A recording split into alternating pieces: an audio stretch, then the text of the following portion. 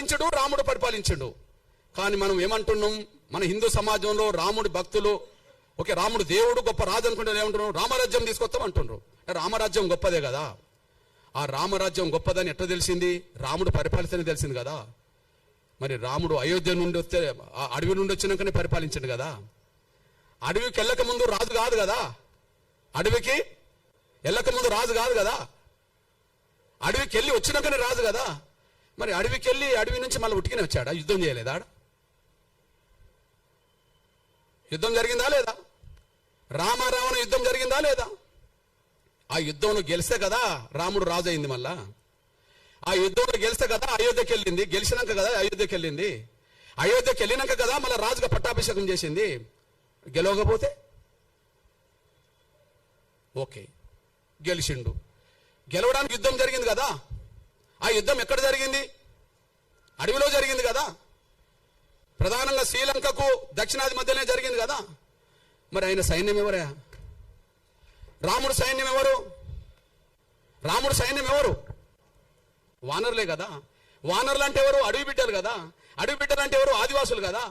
ఆదివాసులు అంటే ఎస్టీలు కదా. అడవిలోనే యుద్ధం జరిగింది కదా. రాముడి సైన్యం 99% ఎవరు? రాముడికి తోడొచ్చిన లక్ష్మణుడు ఉన్నాడు సోదరుడిగా. కానీ రాముడికి అండగా నిలబడ్డది ఎవరిగా? సుగ్రీవుడు కదా. అడవి గిరిజన రాజే కదా. ఆంజనేయుడు కదా. సైన్యానికి నాయకత్వం వహించింది, యుద్ధం చేసిండు కదా. సైన్యానికి నాయకత్వం వహించింది ఎవరు? యుద్ధం చేసింది ఎవరు? ఆంజనేయుడు కదా యుద్ధం చేసింది. ఆంజనేయుడు ఎవరు? మరి ఆదివాసి కదా. సుగ్రీవుడు ఎవరు? ఆదివాసే కదా. రాముణ్ణి గెలిపియడానికి యుద్ధంలో ప్రధాన పాత్ర పోషించింది ఎవరు? వానర సైన్యం కదా. ఆ వానర సైన్యాన్ని గైడ్ చేసింది ఎవరు? జాంబవంతుడు కదా. ఆ వానర సైన్యాన్ని గైడ్ చేసింది ఎవరు? జాంబవంతుడు కదా. ఇది ఎక్కడి నుండి తీసుకున్నాం? ఇదంతా వాల్మీకి రామాయణమే కదా. ఇది ఎక్కడి నుండి తీసుకున్నాం? వాల్మీకి రామాయణం నుండి తీసుకున్నాం కదా. ఇప్పుడు మనకు మన సైన్యాన్ని దేశ ప్రభుత్వాన్ని గైడ్ చేస్తున్నది ఎవరు చెప్పు? దేశంలో ఒక పెద్ద ఆయన అజిత్ దోవల్, అంతేనా? సైన్యాన్ని ప్రభుత్వాన్ని గైడ్ చేసేది ఎవరు? అనుభవస్తుడు అజిత్ దోవల్. అజిత్ దోవల్ లాంటి పాత్ర రావణుడి యుద్ధ కాలంలో జాంబవంతుడు చేసిండని చరిత్ర ఉన్నది కదా. రావణ యుద్ధంలో ఆంజనేయుడికి తన శక్తి తెలియదని తెలుసు కదా. తన శక్తిని గుర్తు చేసింది ఎవరు? జాంబవంతుడు కదా. నువ్వు దాటగలవు, నువ్వు సముద్రాన్ని ఈదగలవు, దాటగలవు, నువ్వు వాయుపుత్రుడివి కదా. నువ్వు పోయి రాగలవు, సీత జాడ తెలుసుకోగలవు, అక్కడున్న వాస్తవాలు చెప్పగలవు, అక్కడి నుంచి మన యుద్ధం చేయగలవు అని చెప్పింది ఎవరు? ఆంజనేయుడికి తన శక్తి స్వరూపుడని గైడ్ చేసింది ఎవరు? చైతన్యపరిచింది ఎవరు? ప్రోత్సహించింది ఎవరు? జాంబవంతుడు కదా. రామ లక్ష్మణులతో పాటు సైన్యం అంతా మూర్చపడ్డప్పుడు, వాళ్ళ దాడిలో రావణకు సంబంధించిన వాళ్ళ యుద్ధం దాడిలో మూర్చపోయినప్పుడు వాళ్ళని లేపడానికి వాళ్ళ ఆంజనేయుని పంపి ఏం తెప్పించిండు? మీరే చెప్పాలి. సంజీవిని తెప్పించింది ఎవరు? జాంబవంతుడే కదా. యుద్ధాన్ని నడిపించింది జాంబవంతుడు. యుద్ధంలో త్యాగాలు చేసింది వానర సైన్యం. వానర సైన్యానికి సంబంధించిన వాళ్ళు గిరిజనులు. రాముడి అయోధ్య దేవాలయం నుంచి మొదలుకుంటే రామ మందిరాల్లో నా గిరిజనులు లేకుండా, దళితులు లేకుండా వీళ్ళేందా పూజారి వృత్తి చేసేది? వాళ్ళేమన్నా యుద్ధంలో గెలిపించిన వాళ్ళ? యుద్ధంలో గెలిపించిన వాళ్ళ? యుద్ధంలో గెలిస్తే కదా, యుద్ధంలో గెలిస్తే కదా రాజు అయింది. వాళ్ళేంది అంటున్నా నేను. రావాలి, చర్చకు రావాల్సిందే. పోనీ రాముడి గుణాలని, రాముడి పౌరుషాన్ని, రాముడి మానవత్వాన్ని, రాముడి సామాజిక స్పృహను గొప్పగా ప్రపంచానికి చాటిన వాళ్ళు ఎవరా? ఎవరు? వాల్మీకే కదా. గొప్పగా ప్రపంచానికి చాటిన వాళ్ళు ఎవరు చెప్పండి? రామాయణం రాసిన వాళ్ళు ఎవరో చెప్పండి. వాల్మీకి రామాయణం లేకపోతే రాముడి చరిత్ర ఎవరికి తెలుసో చెప్పండి. వాల్మీకే కదా. వాల్మీకిని మన తెలంగాణలో పోయే కదా, బీసీనే కదా. అక్కడక్కడ ఎస్టీలో ఉన్నారు కదా. పోనీ బీసీ సమాజం అనుకుందాం. నేనంటున్నా, వాల్మీకుడు రాముడి గురించి ప్రపంచానికి తెలియకముందే అందరు తెలిసేలాగా చేసింది వాల్మీకి అయితే, నా బీసీ ప్రజలకు సంబంధించిన వాళ్ళు ఎందుకు పూజారులు ఉండరు రామ మందిరాల్లో? రాముడు యుద్ధం చేసే సమయానికి సీత జాడ కనుక్కోనేలాగా ప్రోత్సహించింది, తెలుసుకున్నది, వీళ్ళని కాపాడి ప్రయత్నం చేసింది మన జాంబవంతుడు కదా, దళితుడు కదా, మాదిగల ఆరాధ్య పురుషుడు కదా కదా. కొంచెం మేధావని దళితులకు లేని పూజారి వాళ్ళకెట్లా వచ్చింది? యుద్ధంలో గెలిపించింది మేము కదా, మా ఆదివాసులు కదా. రాముడు గురించి దేశానికి ప్రపంచానికి తెలిపేటట్టు చేసింది మా వాల్మీకి కదా. వాల్మీకి బ్రాహ్మణులను ఒప్పుకోమనండి, జాంబవంతుడు మావాడని ఒప్పుకోమనండి, ఆంజనేయుడు మావాడని ఒప్పుకోమనండి. వాళ్ళు ఒప్పుకోరు కదా. వాళ్ళు ఎవరు మరి? ఆంజనేయ వారసత్వం వానరులు అవుతాను గిరిజనులు, జాంబవంతుడు అయితే దళితుడు మాదిగా, వాల్మీకి పోయా. మరి మాకు లేని స్వేచ్ఛ రామ మందిరాల్లో, మాకు లేని హక్కు రామ మందిరాల్లో, మేము పూజారులు కానప్పుడు యుద్ధం చేయడానికి మాత్రం మేము ఉపయోగపడాలా? యుద్ధం చేయడానికి ఉపయోగపడాలా? సావు బతుకులు ఉన్న వాళ్ళని కాపాడడానికి ఉపయోగపడాలా? యుద్ధంలో గెలిపించడానికి ఉపయోగపడాలా? చరిత్ర రాయడానికి ఉపయోగపడాలా? కానీ రామ మందిరాల్లో పూజలు చేయడానికి ఉపయోగపడమా మేము? మా దళితుల్లో, గిరిజనుల్లో, బలహీన వర్గాల్లో ఐఏఎస్ ఆఫీసర్లు అవుతాను కదా. ఈ దేశ రాష్ట్ర కేంద్ర ప్రభుత్వ సర్వీసులో ప్రధానంగా బ్యూరోక్రాట్స్ అంటే ఎవరంటారు? ఐఏఎస్ఏ కదా కదా. మరి దళిత గిరిజన వర్గాలకు చదువుకుంటే ఐఏఎస్లు అవుతాను కదా, పూజారులు గారా? పూజారులు గారా అంటున్నా నేను. అందువల్ల మీకు విజ్ఞప్తి చేస్తున్నా, రామ అవతారమే తర్వాత కృష్ణ అవతారంగా మారింది.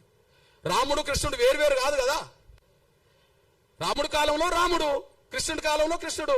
కానీ రాముడే చెప్తాడు కదా, నేను మరో జన్మలో కృష్ణుడికి వస్తాడని చెప్పి. మన నమ్మకం, మన విశ్వాసం, మన నమ్మకం, మన విశ్వాసం. నేను అంటున్నా, కృష్ణుడు ఎవరా?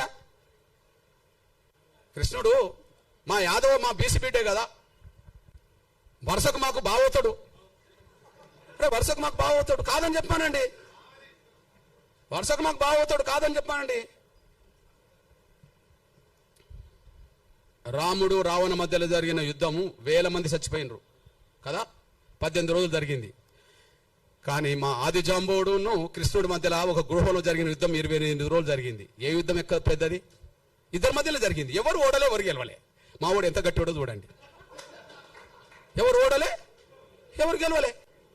లాస్ట్కు మావాడు అనుకుంటాడు జాంబవుడు, అరే నీ అమ్మ, ఈ దేశంలో, ఈ ప్రపంచంలో నన్ను ఓడించేటోళ్ళు ఎవరై ఉంటారంటే, ఓహో రాముడి కాలంలో నేను అడిగాను, రాముడితో యుద్ధం చేస్తాను అన్నప్పుడు, ఇంత మనం చేసుకున్నాం కదా రాముడి యుద్ధం, నీకు ఈ జన్మలో వద్దు కానీ నీకు వచ్చే జన్మలో కృష్ణుడు ఏర్పడితే అప్పుడు నీకు ఏదో రకంగా యుద్ధం చేద్దాంలే అని అంటే, ఇంతకాలం నాతో యుద్ధం చేస్తున్నాడు అంటే ఆయన రాముడే అని చెప్పి, నువ్వు దేవుడి అవతార పురుషుడు కాబట్టి నాతో ఇంత యుద్ధం చేసావు అని చెప్పి మళ్ళీ కాంప్రమైజ్ అయ్యి, మళ్ళీ రాముడు ఆ కృష్ణుడికే కదా మా జాంబవతిని మా అక్కనిచ్చింది.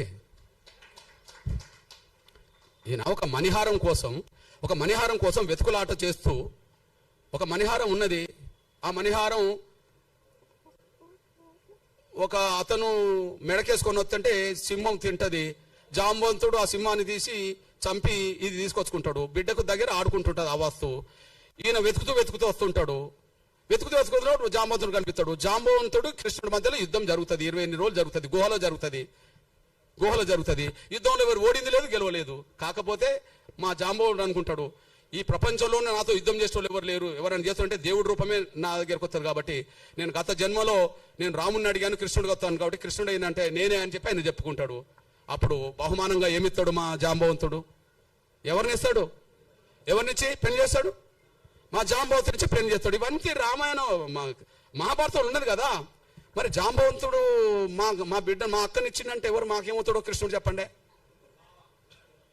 మా జాంబవంతుడు మా పెద్ద ఆయన, మా పెద్ద నాన్న అనుకుందాం. మా జాంబవంతుడు బిడ్డ మాకు పెద్ద అక్కే కదా. మా పెద్ద అక్కను 8వ భార్యగా చేసుకున్నది మా కృష్ణుడే కదా. కృష్ణుడు మాకు బావ అవుతాడు కదా. మా బావ ఉన్న కాడ మేము ఎందుకు పూజారం కావాలి? నాకు అర్థమవుతుంది. మా బావ ఉన్న కాడ మేము ఎందుకు పూజారులు కామే? మా బావ దగ్గర కూడా మీరేనా వాళ్ళ పూజ వృత్తి చేయడానికి? రాముణ్ణి గెలిపిస్తాం, రాముణ్ణి కాపాడుతాం, మళ్ళీ ఆయన దగ్గర ఉండొద్దు, మేము ఇటు పోవద్దు, ఆడు ఉండద్దు. ఇది పెద్ద డ్రామా వీళ్ళది. ఎడిపోవద్దు, వీడు మతం మార్చుకోవద్దు, మళ్ళీ వీడు ఉండద్దు, ఈ పూజారి కాడికి రావద్దు. ఇది చెల్లదు. రాముడితో మాకున్న సంబంధాలు మీకెక్కడి? కృష్ణుడితో మాకున్న సంబంధాలు మీకెక్కడి? రాముడితో మాకున్న సంబంధాలు మీకెక్కడి? వాల్మీకి రామాయణ ప్రకారంగా. కృష్ణుడితో మాకుండబడే బంధుత్వం మీకెక్కడిది? మహాభారత పరంగా కదా. కేవలం కుల వ్యవస్థ ఉండడం వల్ల కుల వ్యవస్థ మొదలైంది. కుల వ్యవస్థ ఉండడం వల్లనే కుల వ్యవస్థ మొదలైంది. రాముడికి కులానికి సంబంధం లేదు అంటున్నాం కదా. మరి ఎట్లా వచ్చిందో దాన్ని తొలగించుకోవాలి కదా. కృష్ణుడికి కులానికి సంబంధం లేదన్నాం కదా, మరి ఎట్లా వచ్చిందో తొలగించుకోవాలి కదా. ఆ కుల వ్యవస్థ ప్రభావం మన దేశాన్ని ముంచింది కదా, అఖండ భారత్ లేకుండా చేసింది కదా, ఉన్న భారత్ కూడా లేకుండా పోయింది కదా. ఈ కుల వ్యవస్థను ఇంకా కొనసాగితే ఇంకో 100 ఏళ్లకు ఉన్న భారత్ ఉంటుందని గ్యారెంటీ లేదు కదా. ఇది చెప్తున్నాను ఆయన, అది ఆలోచించుకోండి. ఉన్నాం నిజం, ఎవరన్నా అనుకోండి, నా అభిప్రాయం ఇది. అందువల్ల ఇది రాజ్యాంగ విరుద్ధమైన తీర్పు, రాజ్యాంగ విరుద్ధమైన ఆర్డర్. ఓకే, ఇది వివక్షతో కూడిన తీర్పు, వివక్షతో కూడిన ఆర్డర్. ఇది ఆర్టికల్ 25, ఆర్టికల్ 14, 15 ప్రకారం రాజ్యాంగ విరుద్ధం తీర్పు. పోనీ అంబేద్కర్ అభిప్రాయానికి విరుద్ధం, కమిషన్లకు కూడా విరుద్ధం కదా.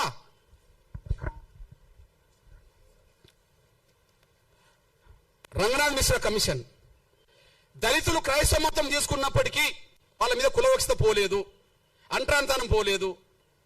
దళితులు దళితులు క్రైస్తవ మతం తీసుకున్నా రంగనాథ్ మిశ్రా కమిషన్ రిపోర్ట్ ఇచ్చింది కదా, కేంద్రం వేసిందే. అదే సమయంలో ఇది 2007లో వేస్తే సతీష్ దేశపాండే కమిషన్ రిపోర్ట్ కూడా ఉన్నది. సతీష్ దేశపాండే కమిషన్ రిపోర్ట్ కూడా ఉన్నది, 2008లో వచ్చింది. ఇందులో కూడా దళితులు క్రైస్తవ మతం తీసుకున్నా వాళ్ళ మీద కులవివక్షత పోలేదు అని చెప్తున్నాడు, అంటరాంతనం కొనసాగుతుందని చెప్తున్నాడు. ఇది కమిషన్ల అభిప్రాయానికి వ్యతిరేకం, కేంద్ర ప్రభుత్వం వేసింది. ఇది ఆర్టికల్ రాజ్యాంగం ప్రకారంగా రాజ్యాంగానికి వ్యతిరేకం, ఆర్టికల్ 25కి 14, 15కి వ్యతిరేకం. ఈ 1950 రాష్ట్రపతి ఆర్డర్ అనేది అంబేద్కర్ అభిప్రాయాలకు విరుద్ధం. ఇది మా స్వేచ్ఛకు విరుద్ధం, ఇది మా హక్కులకు విరుద్ధం. ఈ విషయంలో మీకు ఒక విషయం గుర్తు చేస్తున్నా. నేను అంటున్నా, మన సనాతన ధర్మాన్ని బయట ప్రచారం చేస్తుంటాం, హిందూ ధర్మాన్ని ఇక్కడ కుల వ్యవస్థ గురించి అక్కడ చెప్పకుండా హిందూ ధర్మం గొప్పతనం గురించి మాట్లాడుతుంటాం. నేను అంటున్నా, ఈ మధ్య కాలంలో 100% ఫండమెంటల్గా ముస్లిం దేశాలుగా ప్రవక్త దేశాలుగా ఉన్న కాడ మన హిందూ దేవాలయాలు ఏర్పడుతున్న విషయం మనం మర్చిపోవద్దు.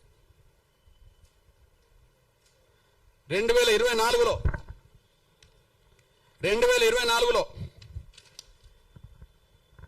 యునైటెడ్ అమిరేట్స్ అబుదాబిలో మన ప్రధానమంత్రి గారు 2024 ఫిబ్రవరి 14 అబుదాబిలో ప్రధానంగా హిందూ దేవాలయాన్ని ప్రారంభించొచ్చిన విషయం మనం మర్చిపోవద్దు. చూడండి, ఆ ఆలయము 27 ఎకరాల్లో నిర్మించబడ్డది. యుఏ ప్రభుత్వం భూమి ఇచ్చి మద్దతు ఇచ్చింది. ఇది హిందూ ముస్లిం దేశాల సాంస్కృతిక సంబంధాలకు చిహ్నంగా నిలబడ్డది. ఏ దేశంలో? గౌరవ ప్రధానమంత్రి నరేంద్ర మోడీ గారు ఎక్కడికి వెళ్ళాడు? మన ప్రధానమంత్రి గారు అక్కడ హిందూ దేవాలయాన్ని ప్రారంభించడానికి వెళ్ళాడు కదా. అక్కడ హిందూ దేవాలయం ప్రారంభించడానికి వెళ్ళాడు కదా. అక్కడ 27 ఎకరాల్లో మన హిందూ దేవాలయం నిర్మించుకున్నారు కదా. దానికి అక్కడ ఉండబడే ముస్లిం ప్రభుత్వమే భూమి 27 ఎకరాల భూమి ఇచ్చింది కదా. ఆ ప్రారంభోత్సవానికి అక్కడ ఉండబడే రాజు కూడా వచ్చాడు కదా. ఏ రాజు? ముస్లిం రాజే కదా. ఆడ ప్రారంభోత్సవానికి ముస్లిం రాజే వచ్చాడు కదా. ఇప్పుడు పాశ్చాత్య దేశాల్లో అమెరికా క్రైస్తవ దేశం అని మనం అంటున్నాం అనుకోండి, అక్కడ హిందూ దేవాలయాలు కట్టుకుంటే ఎవరు అడ్డం పడలేదు కదా. ఆడ ఫలాని మతం ఉంటేనే మీకు ఉద్యోగాలు ఇస్తామని చెప్పలేదు కదా. అమెరికా పౌరుగా ఎవరు సభ్యత్వం తీసుకున్నా ఆడ కులంతో మతంతో ఏదంతో సంబంధం లేకుండా, ఆడ కులమైనంత లేదు, ఏ మత విశ్వాసంతో సంబంధం లేకుండా అన్ని రైట్స్ అమెరికా ఇస్తున్నది కదా. అమెరికా అన్ని రైట్స్. ఇప్పుడు మన తెలుగు ప్రజల్లో బాగా చదువుకున్న పిల్లలు, ఉన్నత వర్గాల పిల్లలు ఎక్కడికి పోవాలనుకుంటారు? అమెరికాకు పోవాలనుకుంటున్నారు. ఇక్కడ పోయేట వాళ్ళందరూ ఎవరు? మెజారిటీ హిందువులు. ఆడ ఉద్యోగాలు చేసే వాళ్ళు ఎవరు? ఇక్కడ నుండి పోయి హిందువులే. మీరు హిందువులు కాబట్టి మీకు ఉద్యోగాలు ఇవ్వము అని చెప్పి గ్రీన్ కార్డు ఉంటే మీకు ఇస్తాము అనేది ఎవరైనా వాళ్ళ భారత పౌరు, ఈ దేశం భారత పౌరులకు ఇస్తుంది, ఇంకోరికి ఇవ్వదు కదా. ఆడ అమెరికా, ఇండియా నుంచి అమెరికా పౌరులుగా మారినా కూడా వాళ్ళకి ఇస్తుంది కదా. నీ కులం, నీ మతం ఇతర అడగదు కదా. అంటే మనం మత విశ్వాసాల పేరుతో కుచించుకోబోతున్నాం. ఆ కుచించుకునే మనస్తత్వాన్ని తగ్గించుకోవాలా. విశాలమైన హృదయం రావాలి, విశాలమైన మనస్తత్వం రావాలి. ప్రపంచ మానవులు ఎవరు ఏ విశ్వాసాన్ని కలిగి ఉన్నా అందరూ సమానమే అనే భావనతో ఉండాలి. ఒకరు ఎక్కువ తక్కువ అనే భావన కాకుండా ఎవరు ఏ విశ్వాసం కలిగి ఉన్నా రాజ్యాంగం చెప్పినట్టుగా అన్ని మతాలను విశ్వసించి గౌరవించే విధంగా ఉంటే సరిపోతుందని చెప్పి రాజ్యాంగం రాసింది అంబేద్కర్. దానికి అనుగుణంగానే పరిపాలన జరగాలి. కానీ ఒక దళితుల మీదనే వివక్షత ఆంక్షలు ఉండొద్దని, మీరు పెట్టదలుచుకుంటే అందరి మీద పెట్టే స్థాయి వస్తే ఒకసారి పెట్టి చూడండి అని, ఒక దళితుల మీదనే ఆంక్షలు వద్దని, మీరు పెట్టదలుచుకుంటే అందరి మీద పెట్టే స్థాయికి మీరు రావాలని, అందరి మీద పెట్టడం కూడా ధర్మం కాదని, ఎవరి విశ్వాసాలైనా కలిగి ఉండడానికి అవకాశం రాజ్యాంగం ఇచ్చిందని చెప్పి మేము భావిస్తూ, మేము దళిత క్రైస్తవులకు విజ్ఞప్తి చేస్తున్నా నేను 100 ఏళ్ల నుండి ఈ సమస్య పరిష్కారం కాకపోవడానికి కారణమైంది. 100 ఏళ్ల నుండి ఈ సమస్య పరిష్కారం కాకపోవడానికి కారణమైంది 1950లో హిందువులు తప్ప మిగతా వాళ్ళందరూ ఎస్సీలు కాకుండా పోయారు. కానీ పంజాబ్లో అక్కడ దళిత సిక్కులు యుద్ధం చేశారు. వెంటనే 56లో దళిత సిక్కులు ఎస్సీ హోదా సంపాదించుకున్నారు. 1990 వచ్చేటప్పటికి దళిత బౌద్ధులు పోరాటం చేశారు. ఆ పోరాటానికి చిహ్నంగా దళిత బౌద్ధులు కూడా ఎస్సీ హోదా సంపాదించుకున్నారు. ముందు కేవలం హిందూ దళితుల వరకే పరిమితమైన ఎస్సీ హోదా ఆ తర్వాత పంజాబ్లో పోవటం జరగడం వల్ల అక్కడ 56లోనే వచ్చింది. మహారాష్ట్ర కేంద్రంగా న్యాయ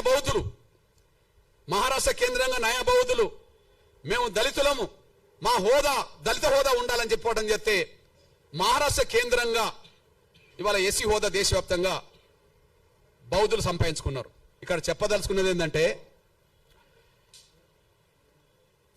పంజాబ్ దళితులు పంజాబ్కే పరిమితం ప్రధానంగా. నయా బౌద్ధులు మహారాష్ట్రలోనే ఎక్కువ మంది ఉన్నారు అంబేద్కర్ వల్ల. నేనంటున్నా, ఒక్క రాష్ట్రంలో ఉండబడే పంజాబ్ దళితులు ఎస్సీ హోదా సంపాదించుకున్నారే పోరాటం చేసి. ఒక్క రాష్ట్రంలో మహారాష్ట్రలో ఉండబడే ప్రధానంగా దళితులు బౌద్ధులకు ఎస్సీ హోదా సంపాదించుకున్నారే. మరి దేశవ్యాప్తంగా అన్ని రాష్ట్రాల్లో దళిత క్రైస్తవులు ఉన్నారు, ఎస్సీ హోదా ఎందుకు సంపాదించుకోలేకపోయారు? ఒక్క రాష్ట్రంలో ఉండబడే పంజాబ్ దళితులు ఎస్సీ హోదా సంపాదించుకోవడానికి ఏం చేశారు? వాళ్ళు పోరాటం చేశారు. మహారాష్ట్రలోనే న్యాయ బౌద్ధులుగా ఉండబడే దళితులు వాళ్ళు ఎస్సీ హోదా సంపాదించుకోవడానికి ఏం చేశారు? పోరాటం చేశారు. అంటే ఒక్క రాష్ట్రంలో ఉండబడే దళిత సిక్కులకు సాధ్యమైనప్పుడు ఎస్సీ హోదా, ఒక్క రాష్ట్రంలో ఉండబడే మహారాష్ట్ర బౌద్ధులకు ఎస్సీ హోదా సాధ్యమైనప్పుడు దేశంలో ముఖ్యంగా దక్షిణాది రాష్ట్రాల్లో అన్ని రాష్ట్రాల్లో దళితులు క్రైస్తవులుగా ఉన్నారు కదా. మరి అన్ని రాష్ట్రాల్లో దళిత క్రైస్తవులు ఎస్సీ హోదా సాధించుకోకపోవడానికి కారణం ఏందన్నప్పుడు వాళ్ళకి వీళ్ళకు తేడా ఏంటంటే, వాళ్ళు ఒక్కొక్క రాష్ట్రంలోనే ఉన్న వాళ్ళు పోరాటం సాధించారు. కానీ ఇక్కడ పోరాటం కాకుండా ప్రార్థనకు పరిమితమయ్యారు. చర్చిలోనే ప్రార్థన చేస్తారు కానీ బయటకు వచ్చి పోరాటం చేస్తలేరు. వీళ్ళకు నేర్పింది కూడా అగ్రకుల బ్రాహ్మణులే, మీరు పోరాటం చేయదురా నాయన అని చెప్పి. ఎందుకంటే కుట్ర చేసింది వాళ్ళే, పోరాటం చేయొద్దని చెప్తున్నది వాళ్ళే. ఎస్సీలు కాకుండా కుట్ర చేసింది అగ్రకుల క్రైస్తవులే, ఇప్పటికీ వాళ్ళే. కొన్ని కోట్ల మందిని ప్రభావితం చేసే ఈ అగ్రకులాలకు సంబంధించిన ఫాదర్లు, పాస్టర్లు వాళ్ళ ప్రార్థన మందిరాల్లో దళితులు క్రైస్తవులుగా మారితే వాళ్ళని దళితులుగా లేకుండా చేయడం అనేది న్యాయం కాదని చెప్పి అన్ని వర్గాల క్రైస్తవులను ఎందుకు బయటికి రప్పిస్తలేరు? అంటే దళిత క్రైస్తవులు వాళ్ళ హక్కులు కోల్పోవాలి, వీళ్ళు బానిసలుగా వీళ్ళ దగ్గర మిగిలాలి. వాళ్ళ హక్కులు కోల్పోవాలి, వాళ్ళు బానిసలుగా మిగిలాలి. అంటే బానిసలుగా మిగిల్చుకోవడం కోసమే అగ్రకుల క్రైస్తవ ఫాదర్లు, పాస్టర్లు వాళ్ళ దశమ భాగం మాత్రం రప్పించుకుంటారు. ఇక్కడ మీ అన్నగా ఒక విషయం గుర్తు చేస్తున్నా నేను భారతదేశ దళితులు ముగ్గురిని స్ఫూర్తిదాయకంగా తీసుకోవాలి దళిత క్రైస్తవులు. నేను ఇప్పటికీ హిందూ మతంలోనే అంబేద్కర్ ఉన్నప్పటికీ